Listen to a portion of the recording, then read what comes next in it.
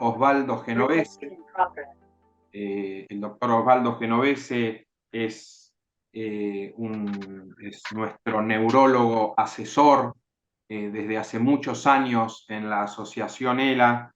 Tiene una vasta trayectoria como neurólogo en el Hospital Ramos Mejía, y bueno, es quien nos asesora y está a la vanguardia de todos los aspectos neurológicos de los pacientes con ELA en la Argentina.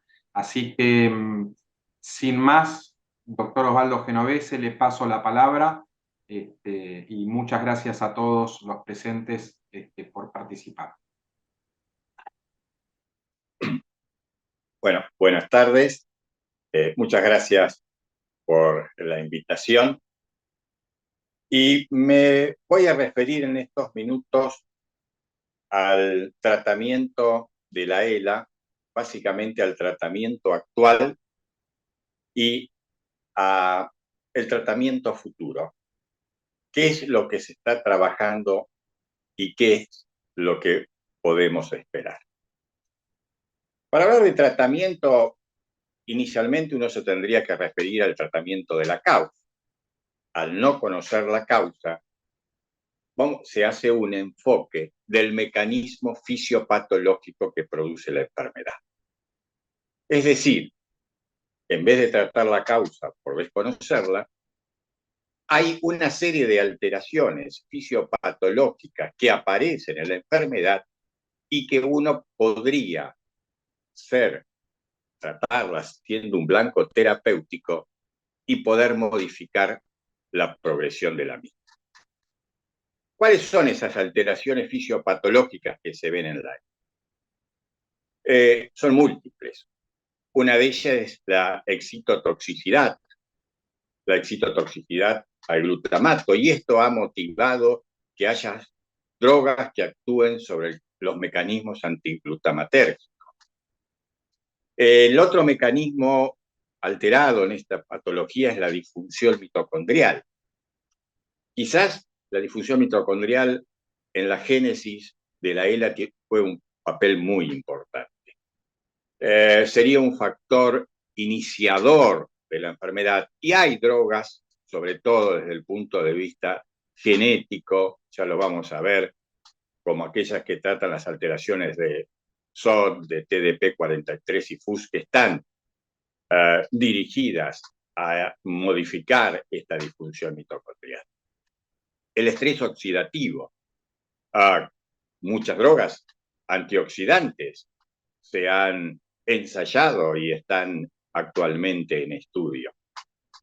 La neuroinflamación y drogas antiinflamatorias también se han ensayado y están en estudio en la ELA. Alteración en el metabolismo del ARN y drogas que actúan sobre TDP43, FUS, de los cuales me voy a referir brevemente, están en estudio. Alteración en la homeostasis proteica. Un defecto en el transporte nucleocitoplasmático. Alteraciones en la reparación del ADN y también drogas que actúan sobre la genética como FUS y TDP43 actúan en este sentido. Afectación del transporte axonal. Disfunción de los oligodendrocitos.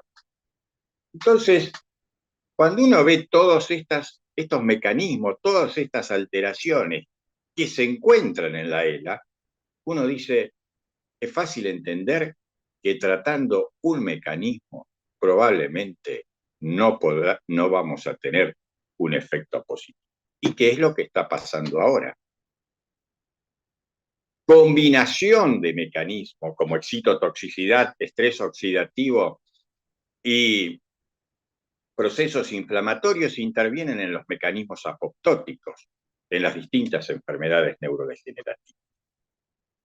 Fácil es entender que a lo mejor un mecanismo inicia, luego se produce una cascada y como consecuencia de eso se pone todas las alteraciones que consecutivamente van a llevar a la muerte neuronal.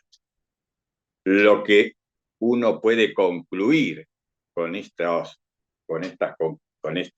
presentaciones de alteraciones fisiopatológicas es que quizás tendríamos que tener más de un blanco de tratamiento. Y hablar de tratamiento de la ELA es hablar de medidas no farmacológicas y medidas farmacológicas. Las medidas no farmacológicas incluyen todo un apoyo multidisciplinario en esta patología, es decir, forma parte del equipo de tratamiento el kinesiólogo, el fonoaudiólogo, el terapista ocupacional, el psicólogo, el psiquiatra, el neumonólogo, el nutricionista, el clínico, cada uno de ellos con una función específica y su intervención es muy positiva. Y luego tenemos el tratamiento farmacológico. El tratamiento farmacológico de la ELA lo podemos considerar en dos grandes. Uno, el tratamiento farmacológico de los síntomas y otro, el tratamiento farmacológico que hay para la enfermedad. El tratamiento farmacológico de los síntomas va dirigido a corregir aquella sintomatología que afecta la calidad de vida de los pacientes. Y así, por ejemplo, uno trata la espasticidad, la depresión, la ansiedad, la cialorrea, las intercurrencias clínicas. Y esto es fundamental porque también ayuda a la calidad de vida. No me voy a referir a cada tratamiento en especial porque esto llevaría un tiempo mayor. Y sí tenemos el tratamiento farmacológico específico que tenemos hoy para la esclerosis lateral amiotrófica. Haciendo un análisis en cuanto a la historia, la primera droga que fue aprobada ya por el año 1995 fue el Riluzole. El Riluzole es ampliamente conocida, no me voy a extender porque seguramente todos ustedes tienen sobrada experiencia. Tiene un efecto leve en prolongar la asistencia respiratoria y actúa sobre el glutamato, aunque quizás el efecto sea variado, porque otras drogas antiglutamatérgicas como la memantine no ha resultado en la ELA. Por lo tanto, quizás pueda tener más de un mecanismo de acción. Después del Riluzole, se comenzaron o se hicieron estudios con múltiples drogas, con drogas antiinflamatorias, antioxidantes, neuroprotectores, neurotróficos, y no se ha demostrado una eficacia comprobada. Hasta que se llega al año 2017, donde una droga edarabone, que ya se empleaba en Japón a los comienzos del 2000, más o menos, para el tratamiento de los cuadros vasculares cerebrales. En el 2015 en Japón se comenzó a hacer estudios en pacientes con ELA y, como les decía, en el año 2017 la prueba FDA. Esta droga tiene un mecanismo antioxidante. Cuando se hizo el estudio inicial no había una diferencia significativa entre el grupo placebo y control, pero cuando se analizan subgrupos, se ve que los pacientes que tenían menos de 2 años de evolución de la enfermedad y que tenían mayor de 80% de capacidad vital, tenían una evolución mejor que los controles. El tema de esta droga, que es de aplicación endovenosa, aunque recientemente se encuentra disponible una forma oral.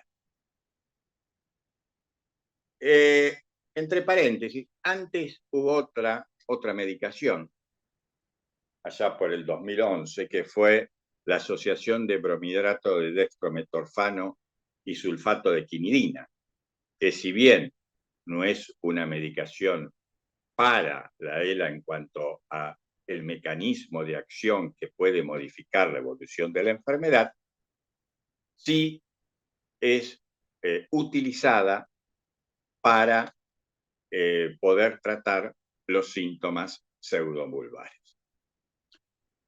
Y llegamos al año pasado, donde una medicación, el AMX0035, Albriosa, en un estudio, el estudio Centaur, esta droga es una asociación en realidad de dos fármacos. Es la asociación del fenilbutirato de sodio, que se emplea para la hiperamoniemia, y el tauroxodiol, que es una medicación que se utiliza para la colestasis hepática, y asociado a las dos se vio que reduce la muerte neuronal en modelos experimentales. Actúa sobre el estrés oxidativo del retículo endoplásmico y sobre la disfunción mitocondrial, se tendría una acción antioxidante. Se hizo un ensayo con 177 pacientes. Los criterios de inclusión eran menor la evolución a 18 meses y la capacidad vital mayor del 60%. Se administra por vía oral una vez al día durante 3 semanas y luego 2 veces al día durante 24 semanas, que fue el tiempo que duró el ensayo en la fase inicial. ¿Y qué mostró esta droga? Mostró que se observó una disminución funcional más lenta que el placebo. Es decir, los pacientes que se recibían droga activa, la evolución en esas 24 semanas era más lenta en el grupo tratado con droga activa que en el grupo placebo. Los resultados secundarios no fueron significativamente diferentes entre los dos grupos. Y en general fue una droga bien tolerada, habiendo tenido como efecto adverso más común los gastrointestinales. Ahora, los pacientes que terminaron esas 24 semanas continuaron después con un estudio de extensión. Y en la extensión, que fue a 30 meses, los que iniciaron antes tuvieron más meses, o sea, tuvieron 35 meses, el máximo se prorrogó 30 meses, se vio que aquellos pacientes que inicialmente fueron tratados con droga activa tuvieron un retraso en la primera internación, en realizárseles una traqueostomía y una mayor supervivencia. O sea, que en la primera fase de tratamiento se vio con el AMX0035, se vio en la primera fase del tratamiento, les decía, un enlentecimiento en la evolución de la enfermedad con respecto al placebo, y en la extensión una disminución de las complicaciones y una mejor supervivencia. Ahora bien, eso es lo que tenemos ahora. ¿Cómo está el tema de nuevas drogas? Cuando hablamos de nuevas drogas, podemos dividirla en 4 grandes grupos a los fines de la presentación. Primero, moléculas pequeñas. Segundo, la utilización de anticuerpos monoclonales. Tercero, células madre. Y por último, las alteraciones genéticas. Moléculas pequeñas se han utilizado múltiples drogas y voy a referirme básicamente a aquellas que están en fase 2-3. Hay algunas como la trazodona, medicación conocida que es un antidepresivo, que actuaría sobre el estrés oxidativo. En modelos animales reduce las proteínas tóxicas. Luego hay otra droga como el ibudilast, que tiene una acción antiinflamatoria, inhibe citoquinas proinflamatorias en células gliales, es decir, es una medicación antioxidante y otra antiinflamatoria. Y otra que se ha utilizado es la metilcobalamina, que es emparentado químicamente, naturalmente, con la vitamina B12. Se utiliza en dosis alta y en modelos experimentales reduce la denervación y aparentemente tendría una evolución más lenta. Anticuerpos monoclonales, prácticamente no hay estudios significativos en fase 3. En fase 2 está el AP101, que es un anticuerpo monoclonal que se une a SOT1, y el AL001, que también se encuentra en fase 2, que aumenta la progranulina, es decir, esta progranulina, su aumento disminuiría la agregación de TDP43 y se utilizan precisamente en pacientes que tienen una alteración genética, que es la C9orf72, es decir, en pacientes con esta alteración. Pero desde los anticuerpos monoclonales no hay una gran cantidad de estudios en curso.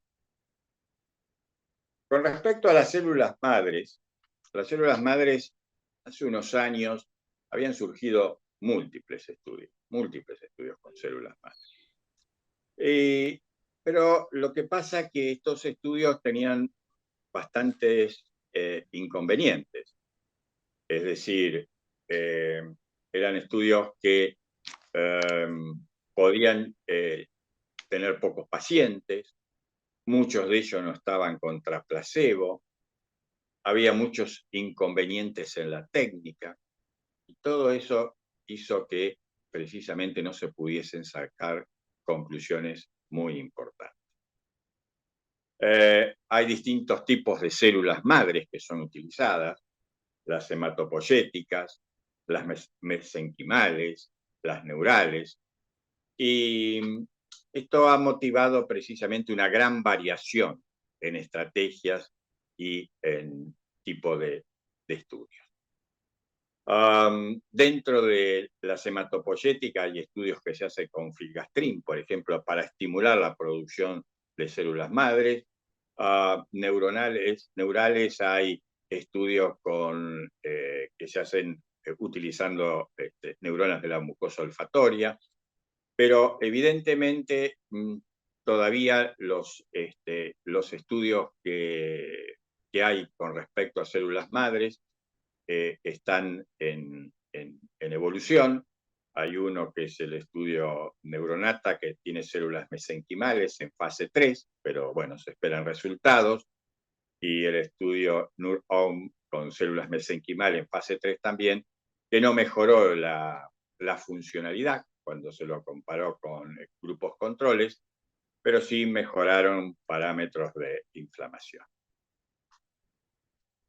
Y finalmente, dentro de las nuevas drogas, hoy día se está trabajando mucho en la parte genética de la ELA.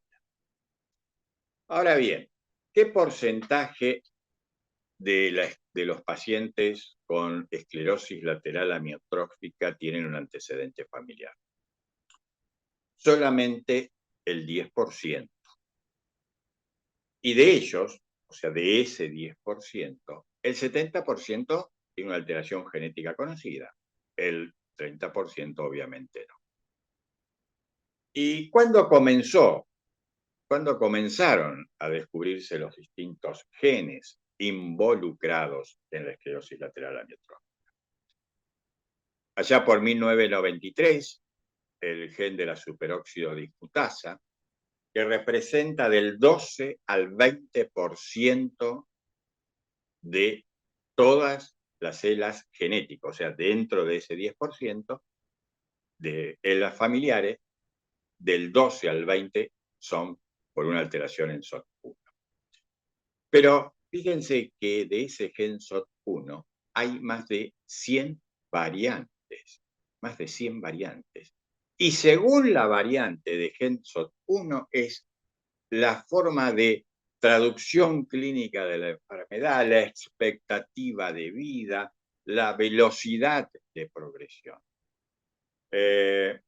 Esta SOT1 actuaría las alteraciones de la SOT1 con la anomalía proteica, actuaría sobre la mitocondria y tendría un mecanismo antioxidante. Se han utilizado terapia génica, de la cual luego voy a comentar un caso en especial. Desde 1993, el próximo hito importante fue en el 2008, con el gen TAR-DBP, que codifica la proteína TDB43. Y la alteración de esta proteína, la producción de una regulación aberrante de esta proteína, es la responsable de la enfermedad. Representa el 4% de los pacientes que tienen ELA. En este tipo de alteración genética hay un comportamiento proteico, una alteración en la proteína que produce un mal plegamiento. Y ese mal plegamiento, sumado a la forma clínica de progresión de la enfermedad, es decir, a la contigüidad espacial, eso hace pensar en un comportamiento priónico y a lo que algunos llaman los prionoides. Un año después, en el 2009, se describe otra mutación, la del gen de la proteína de unión a ARN fusionada en sarcoma, la proteína FUS, que corresponde al 4% de los pacientes, que tendría también un componente priónico similar al anterior. En el año 2010 se encuentra el gen que produce la alteración en la taxina 2. Estas representan un 5% de las formas familiares. Uno dice ataxina 2 tendría que ver con la ataxia, y efectivamente, estas son expansiones largas de repeticiones de trinucleótidos que producen la ataxia espinocerebelosa tipo 2. Pero esa ataxia espinocerebelosa tipo 2 se produce cuando estas expansiones son largas, de más de 35. En cambio, cuando son intermedias, en este gen de 25 a 28, produce la esclerosis lateral amiotrófica. Y en el 2011, el gen C9orf72 se descubre que es el gen más común, la alteración genética más común, que aparece en el 40% de la célula familiar. Es el 40% del 10% familiar. Es una expansión de hexanucleótido. Y después hay más de 20 genes adicionales que representan el 12 al 15%. Y allí llegamos al 70% de las alteraciones genéticas conocidas. Por distintos mecanismos, distintas técnicas que no vale la pena aquí contar, se hace la entrega del material genético a las células para silenciar precisamente esa expresión genética anómala, y esas son distintas técnicas que se emplean en las distintas alteraciones que se describen. Ahora bien, ¿Cuáles son las dificultades? ¿Por qué hay dificultad en determinar la herencia? ¿Por qué hay pocos genes? Bueno, primero porque hay limitaciones en la tecnología por el estudio de la secuenciación y las repeticiones cortas, es decir, hay muchas cuestiones técnicas que dificultan poder identificar los gérmenes. Existe también una probable naturaleza oligogénica en la enfermedad, es decir, esto se ve del 1 a 4%. ¿Qué quiere decir que tiene una naturaleza oligogénica? Que hay más de un gen implicado en el 1 al 4% de los pacientes. Y cuando hay dos genes, por ejemplo, uno es uno de los más comunes que acabo de detallar, y el otro es un gen con poca frecuencia.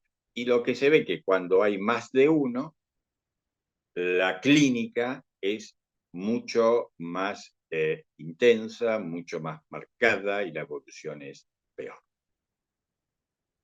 Y también lo que puede ocurrir es que haya penetración incompleta.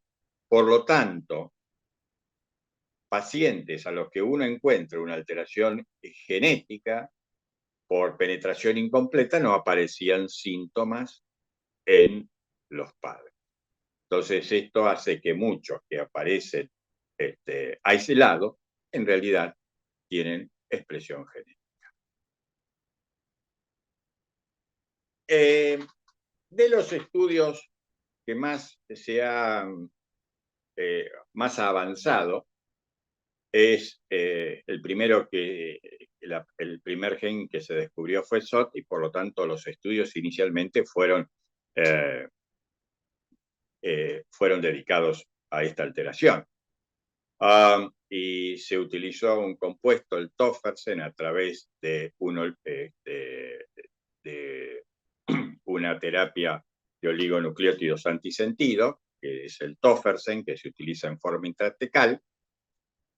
Y el estudio Tofersen en fase 3, con respecto, insisto, a la alteración de SOT1, no demostró diferencias estadísticamente significativas en la medida primaria de progresión, pero sí en medidas secundarias como función respiratoria, motora y calidad de vida.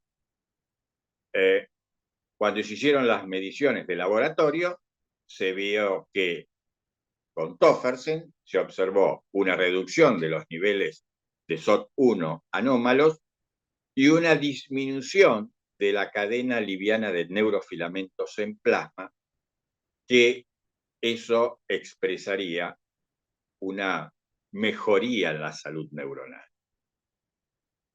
Y esto llevó a un estudio que es el estudio Atlas, que es un estudio de seguimiento. Una enfermedad neurodegenerativa, sea cual fuese, tiene un comienzo que nosotros no podemos determinar cuándo es el momento de inicio de la enfermedad. Lo que sabemos es cuándo se manifiesta clínica. Pero hay un tiempo donde no tenemos signos preclínicos. Entonces, tendríamos un estado de normalidad, un estado de alteración molecular que puede producir el agotamiento de los márgenes de seguridad según sea la patología que esté afectada, y cuando ese margen de seguridad se agota, aparece la clínica. Antes de la clínica tenemos el periodo preclínico. Entonces, es interesante poder identificar ese periodo preclínico. Este estudio Atlas, que es la consecuencia del estudio anterior de Tofersen y su continuidad, estableció lo siguiente, que 150 pacientes con mutación SOT1, es decir, tomando en base el estudio anterior, 150 pacientes SOT1 se ingresan a un estudio donde se le va a hacer un control mensual de laboratorio para determinar los valores de la cadena ligera de neurofilamentos. Es decir, son pacientes que tienen alteración de SOT1, tienen una alteración genética, no tienen clínica y todos los meses se le hace una determinación de la cadena ligera de neurofilamentos en plasma. ¿Qué ocurre? Si estos pacientes en el seguimiento aumenta la cadena liviana de neurofilamentos, ahí uno puede decir que hay ya un daño neuronal preclínico. Entonces, cuando ello ocurre, estos pacientes inician tratamiento con tofersen o placebo y siguen en el estudio. Si en esa evolución desarrollan ELA, todos van a recibir tofersen. Y si no desarrollan ELA, los asintomáticos lo van a recibir por 2 años. ¿Cuál es la importancia de este estudio? La importancia de este estudio, una es, naturalmente, ver la respuesta que puede tener al inicio con el tofersen. Pero es muy importante en este estudio determinar la utilidad de la cadena ligera de neurofilamentos como biomarcadores, porque si ello demuestra utilidad, tendríamos un hecho de valor muy importante, como es identificar una población preclínica.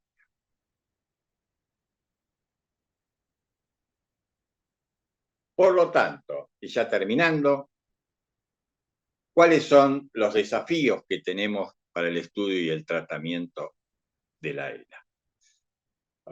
Primero, que hay muchos pacientes con herencia no identificada que requieren varios estudios.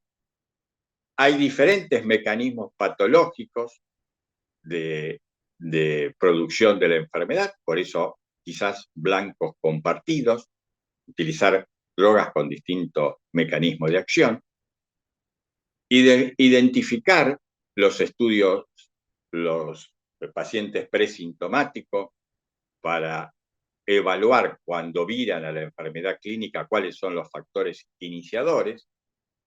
Y esto demuestra que hay una gran heterogeneidad en la enfermedad, comportándose prácticamente como un síndrome. Y quizás el futuro en la ELA sería lo que se denomina la medicina personalizada. Quizás lo interesante en el futuro sería identificar la alteración genética.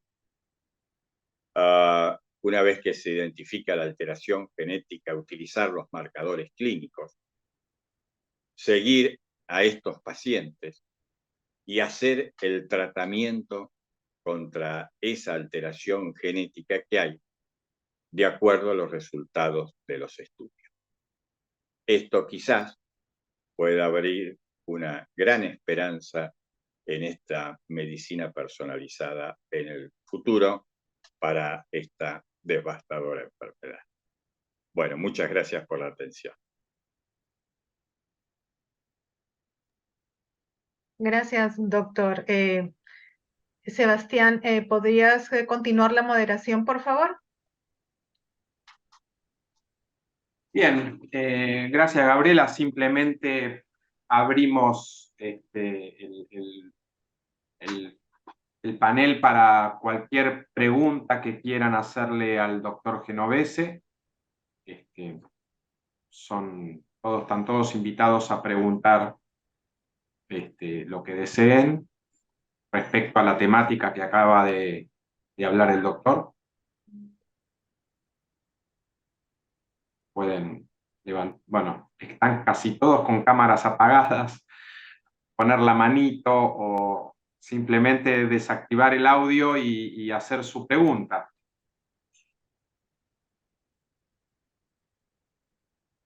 Bien, tenemos una pregunta en el chat. Vamos a leerla. Excelente, la dice Carolina para todos. Excelente ponencia.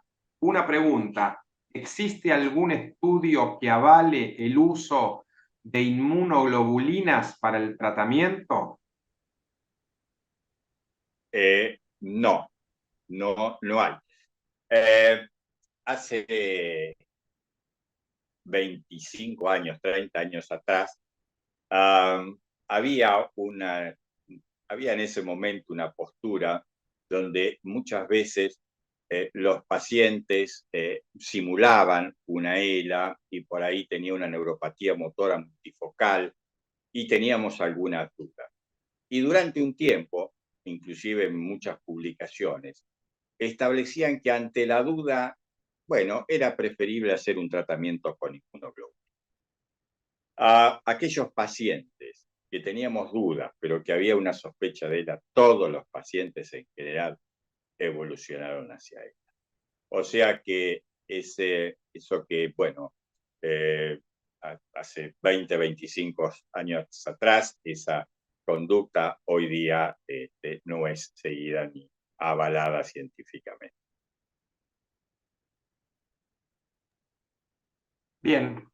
¿Hay alguien? Tengo más preguntas en el chat, pero ¿hay alguien en vivo que desee hacer alguna pregunta al doctor Genovese?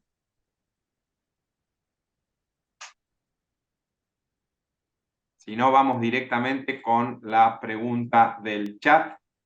Está en portugués, disculpen mi modesto entendimiento. Dice, si el paciente recibe ozonioterapia, ¿tendrá algún beneficio? No en caso de aplicado en las extremidades con pérdida muscular.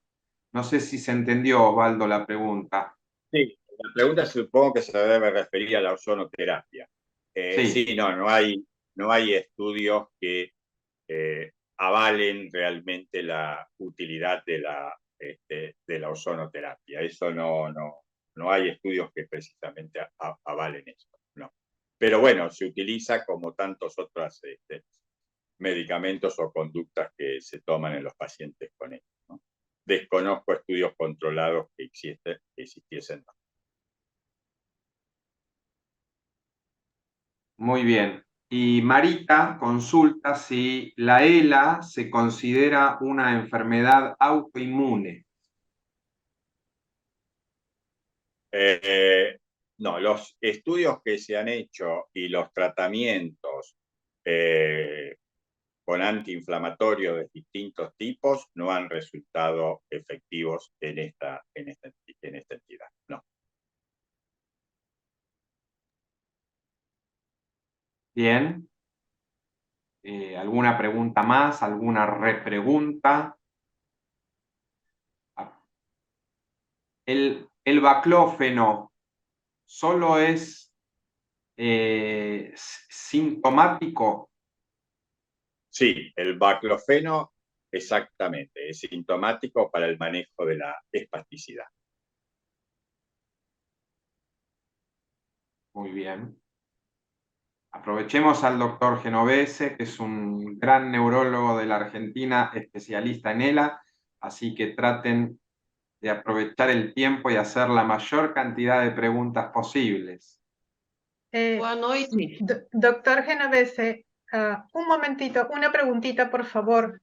Hace poco, nuevamente alguien de Estados Unidos se comunicó con nosotros preguntando por los trasplantes de Piplon.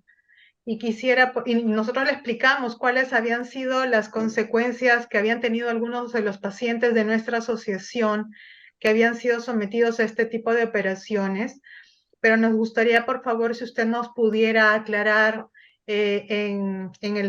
digamos, con la base científica de qué trata esto para que podamos también nosotros comunicárselo con mayor claridad a nuestros afiliados, a nuestros pacientes.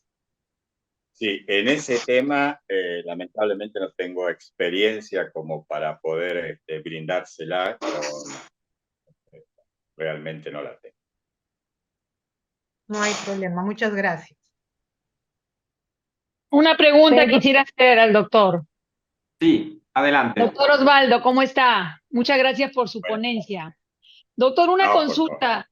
¿Qué se sabe o qué se puede recomendar con respecto al uso de algunos antidepresivos, a veces que toman los pacientes con ELA y que hay riesgo de que puedan afectar en general de una forma negativa en general el sistema nervioso y puedan afectar su respiración o otra musculatura? Si hay alguna consideración con qué tipo de antidepresivos es más o menos indicado que puedan tomar los pacientes con ELA, ¿no? Por más que lo maneje un psiquiatra, pero a veces los psiquiatras no conocen bien la ELA, ¿no? Sí, en general uno trata de utilizar los antidepresivos a bajas dosis. El escitalopram es un antidepresivo bien tolerado en general. Y como les decía también, sobre todo en disfunciones frontales, uno utiliza en la práctica clínica bastante la trazodona, que inclusive es un antidepresivo y tiene cierta acción para que puedan descansar sedativa a la noche los pacientes. Y con respecto a estas drogas, se las comentaba porque hay estudios en ELA que parece que actuaría sobre el estrés oxidativo en modelos animales. Por lo tanto podría ser, tienen dosis de 50 miligramos, una droga que no tendría un efecto negativo, todo lo contrario. Por supuesto que no hay trabajos terminados de eficacia de trazodona en ELA, ¿no? Pero podríamos utilizar una droga que, aparte de ser antidepresivo, tendría un efecto beneficioso, potencial, en cuanto a su mecanismo de acción en la ELA. Gracias. Sería de utilidad. Bien, gracias Marita. Tenemos otra pregunta. Creo, doctor, que esto lo ha respondido en su exponencia, pero preguntan, ¿el Tofersen tiene ya resultados? ¿Qué tan eficaz es? Creo. Sí, eso ya un poco lo mostré en la presentación, ¿no? Cuando se hizo el estudio del Tofersen, que es el estudio Valor, precisamente en los índices de actividad en la respuesta primaria. La respuesta primaria se refiere al análisis. Hay una escala que, bueno, todos las conocen, que se utiliza en la ELA, que se emplea para la evaluación de drogas, que es una escala funcional. Y esa es realmente la medida primaria de eficacia, lo que uno trata de ver inicialmente. Sí, es una escala de 48 puntos que a medida que progresa la enfermedad va disminuyendo la cantidad de puntos, es decir, menos puntos, más deterioro. Entonces, se mide en los pacientes y cuando con la progresión de la enfermedad hay una caída en los valores de esa escala. Cuando en el estudio de Tofersen se evaluó el grupo control con el grupo que recibió droga activa, se vio que no hubo diferencia estadísticamente significativa en los cambios de esa escala. Pero sí se analizaron algunos puntos específicos, no de la globalidad, y sí hubo una diferencia, como por ejemplo en la función respiratoria, motora o de calidad de vida, donde la evolución fue un poco más lenta en el grupo Tofersen que en el grupo control. No en la escala global, sino en la exploración de las medidas secundarias. Bien, tenemos una pregunta de Amparo Rodríguez. Las sustancias para secar la saliva, como la amitriptilina, ¿qué efectos secundarios trae? La amitriptilina es muy noble, ¿no? Es un antidepresivo. Lo que pasa es que hay que tener mucho cuidado también en las personas mayores. si son hombres por el tema prostático, si tienen problemas de glaucoma, si tienen trastornos cardiológicos. No es una medicación que uno puede utilizar en personas mayores. En personas jóvenes sí, tiene un costo relativamente bajo. Hoy día en medicina y muchos países tenemos, al menos en los nuestros, tenemos que evaluarlo esto. Pero bueno, es un elemento más de utilidad, pero esa salvedad establece que a esa población de riesgo uno tiene que evaluar esos eventos adversos que puedan ocurrir. Bien, tenemos otra pregunta de Track, es el nombre que también creo que en su presentación, doctor, usted ya la respondió, pero bueno, la leo, dice, por favor nos explica cómo y qué beneficios trae el uso del Riluzol. Bueno, ya lo comenté, el beneficio del Riluzol es que unos pocos meses prolonga el periodo de requerimiento de asistencia respiratoria y de enlentecimiento en la progresión de la enfermedad en algunos pacientes. Es un efecto modesto. Bien. Tenemos en pacientes con abundante cialorrea y mal manejo de glutorio, ¿es recomendable la escopolamina, considerando la disminución en la motilidad intestinal, entre otros efectos que puede provocar? Sí, a veces uno es la primera droga que utiliza, ¿no? Pero es cierto que está ese efecto adverso. Es la que es más fácil de tener acceso. Yo generalmente comienzo en baja dosis y veo la respuesta que hay. Pero es el efecto adverso que uno tiene que estar, porque en estos pacientes realmente se ve con mucha frecuencia. Perfecto. Bueno, Yuriria Rufino le pregunta si podría repetir el nombre de la escala que mencionó. No sé. ALS-FRS-R. Ok. ¿Cuál es, ahí alguien la puso, Marita la puso, ALSFR. ¿Cuál es su opinión con respecto a aún guardar las esperanzas para Neuron? ¿O cree que los estudios preliminares ya descartan esta droga? Y creo que hay que terminar un poco la evolución de los estudios y esperar a que sean dados de baja o no. Esto, a ver, ¿qué enseña la experiencia de los tratamientos de ETA? En todos estos años uno ha visto de todo. Yo recuerdo drogas que tenían en los estudios preliminares una gran euforia y que después fueron decepcionantes. Otras que inversamente el primer estudio no dio nada y después cuando se hicieron otras evaluaciones estadísticas y se evaluaron otros ítems, se vio que había respuesta positiva. Creo que en cada análisis hay que esperar la terminación de los estudios. Eso es un poco lo que nos indica la experiencia. Ser optimista con resultados preliminares y ser optimista ni ser pesimista es algo que sea muy sano. Creo que hay que esperar y ahí sacar las conclusiones. Es un poco lo que uno ha aprendido en estos años, ¿no? Bien, muy bien.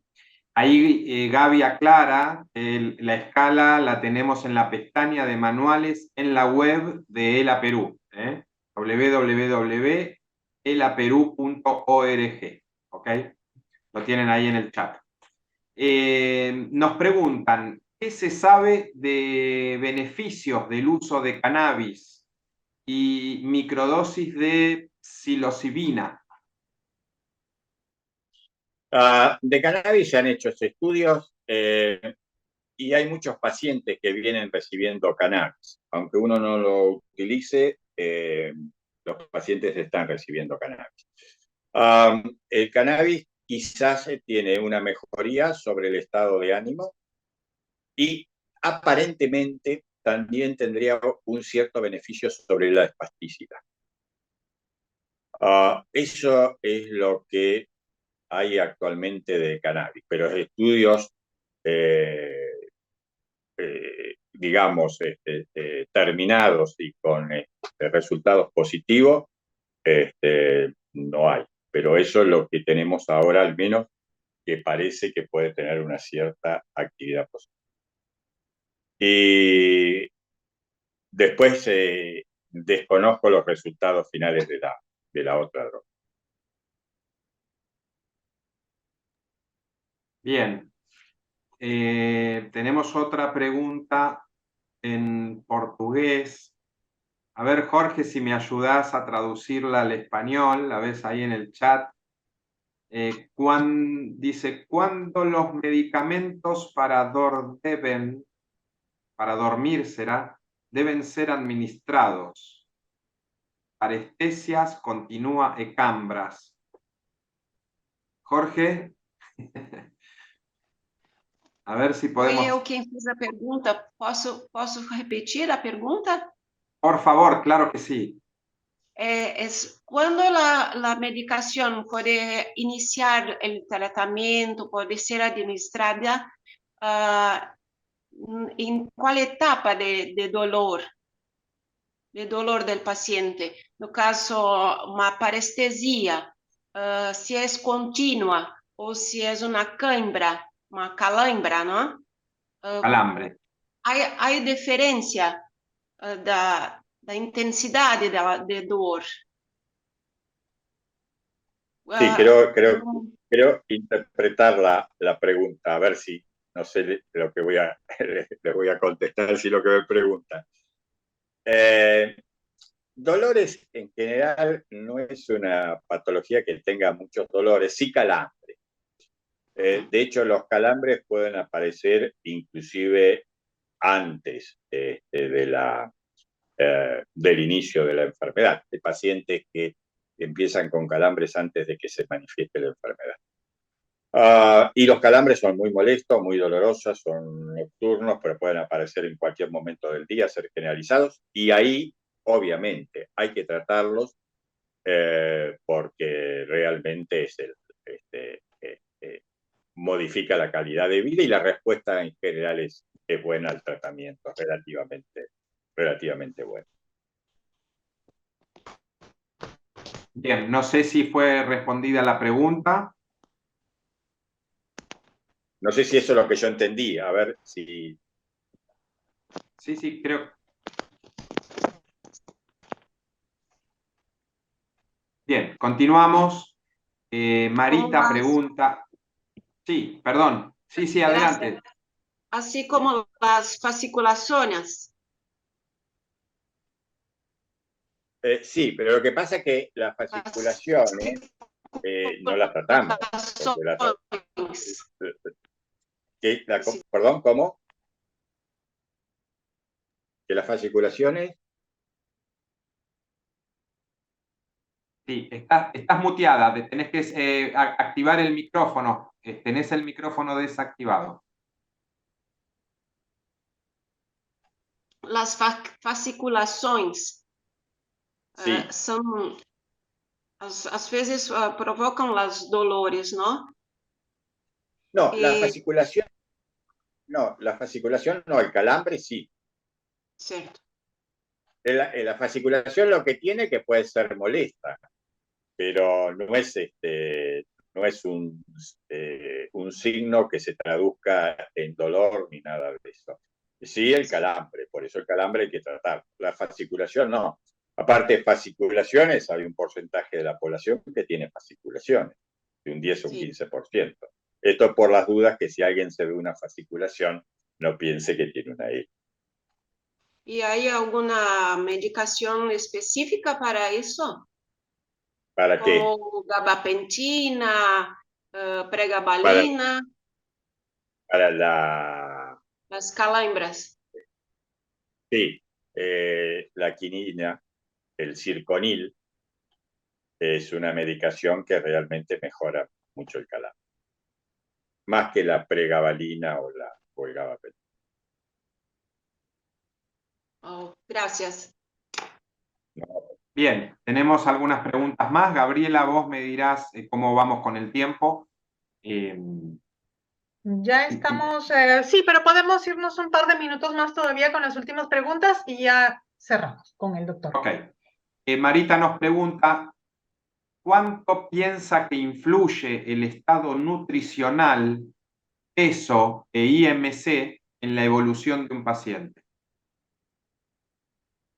Bueno, en realidad influye mucho. Se ha establecido en algunos estudios que uno de los factores de riesgo es la pérdida de peso.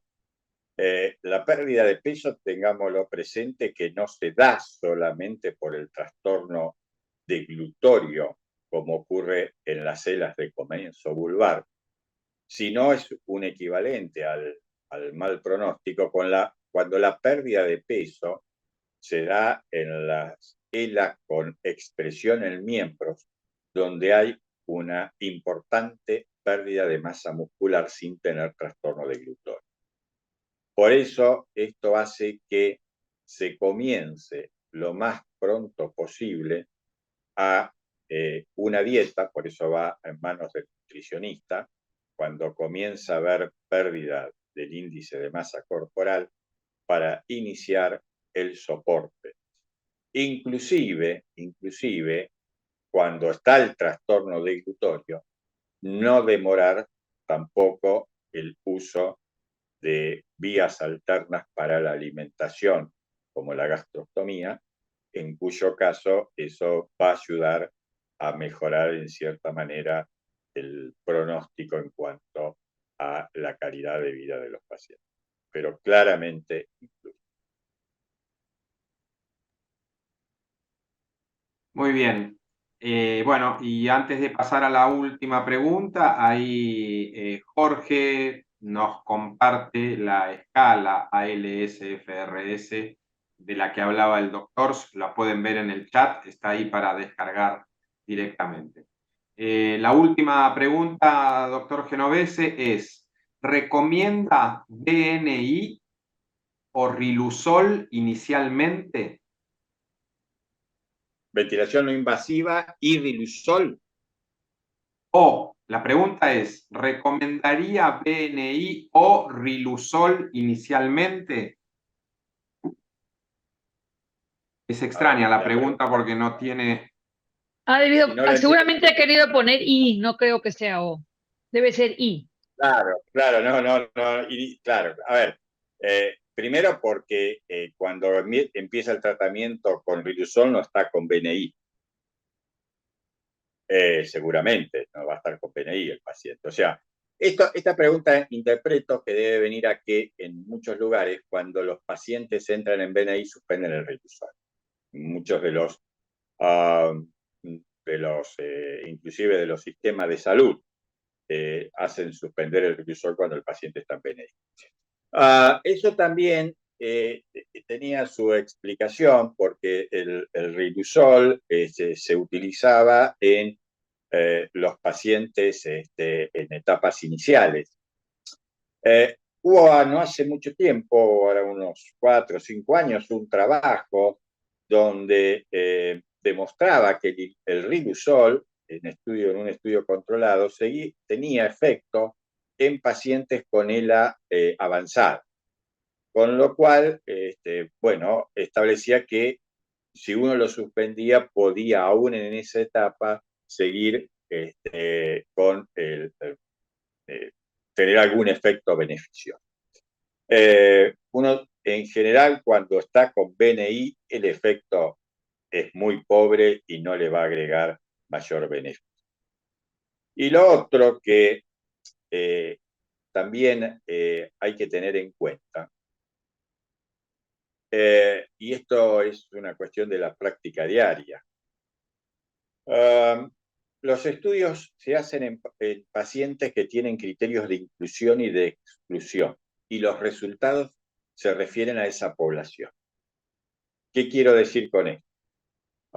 Si yo tengo que el criterio para entrar en el estudio es de una ELA de 18 meses, 24 meses, el tiempo que yo consideré para hacer el protocolo del estudio, que tenga una determinada capacidad, utilizo la droga y tengo resultados, esos resultados están relacionados a esa población.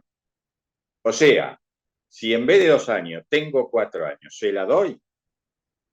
A ver, uno quisiera que se la den a todos los pacientes. Los sistemas de salud que tienen que hacer sus costos van a decir, no, esto está aprobado en esta población, no en la otra. Estas son cuestiones que pasan en la práctica y en el manejo de los sistemas de seguro de salud. Bueno, muy bien. Creo que estamos en horario, Gabriela, Sí. como para darle paso a la próxima exposición. Una mínima preguntita. La Nuedexta, ¿qué piensa el doctor? ¿Qué resultados ha tenido la Nuedexta? Ha tenido buenos resultados. Bueno, a ver, resultados definitivos, cuando uno habla en esta patología, se basan en resultados modestos, ¿no? Es relativo, claro. Claro. Uno ve resultados positivos en muchas de las cosas.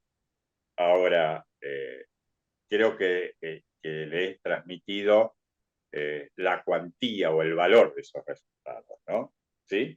No sé si fui claro. Sí, perfecto. Muchísimas gracias, doctor. Gracias. Bien, creo que con esto, Gabriela, le damos un cierre a la exposición del doctor Osvaldo Genovese, médico neurólogo, asesor de la Asociación ELA Argentina. Le agradecemos infinitamente al doctor Genovese por haber participado en este encuentro con nosotros. Y bueno, te paso el mando para que continúe el evento con lo que sigue. Gracias, Gracias, doctor. Sebastián. Gracias, doctor Muchísimas Genovese. gracias al doctor Genovese. Gracias. Por la atención. Gracias.